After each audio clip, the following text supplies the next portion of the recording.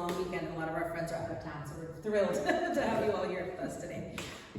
This next piece is a beautiful composition by a Bhakti poet from India named Surdas.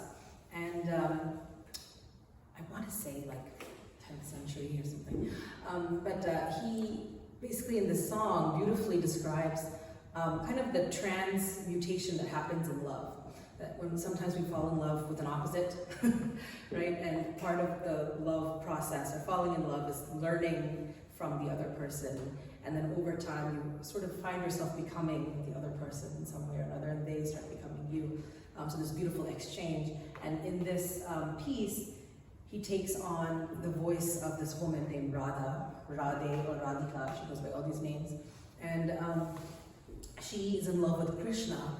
So I don't know how many of you are familiar with Hindu mythology, but Krishna is this sort of playboy-esque figure. He's a god. He's also a stealer of hearts and sort of known to kind of have many lovers at once.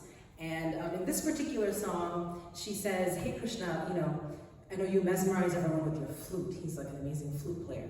But she says, you know, how about though I give that a shot one day and I play your flute and you can wear my beautiful bracelets. And how about I pluck the feather that you wear in your cap? Literally, he wears like a peacock feather in his hat.